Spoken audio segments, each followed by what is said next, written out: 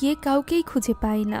এমন সময় সারি রেহমানকে ডাক দেয়। আওয়াজ ফলো করে সে ওই ঘরে থাকা ছোট্ট একটা দরজার সামনে চলে আসে, যেখানে সে সারি এবং তার মা মাসায়ুকে দেখতে পায়। এই ভয়ানক রূপ দেখে সে সারিকে বোঝানোর চেষ্টা করে যে তার পেছনে যে দাঁড়িয়ে আছে সে তাদের মা না। একথা বলতেই মিসেস ওয়েন্ডা নিজের আসল রূপে চলে আসে। তবে সারি এতে ভয় পায় না, বরং সে তো ভয়ানকভাবে মিসেস ওয়েন্ডার আঙুল ভেঙে সেটা খেতে শুরু করে। রেহমান তাকে আটকাতে গেলে দরজাটি আপনা আপনি বন্ধ হয়ে যায়। অনেক চেষ্টার পর রেহমান ওই দরজাটি খোলে ঠিকই, তবে এখন আর সেখানে কেউই ছিল না।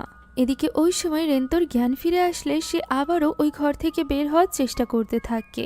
এমন সময় তার সামনে থাকা ওই আলমারির ড্রয়ারগুলো খুলে যায় এবং সেখান থেকে বেরিয়ে আসে ভয়ানক দুটো বাচ্চা। সেই সাথে ঘরের কোনায় আরো একটা মেয়ে বাচ্চার আত্মা দাঁড়িয়েছিল। তারা তিনজনই খুবই ভয়ানকভাবে রেন্তোর দিকে এগিয়ে যায়।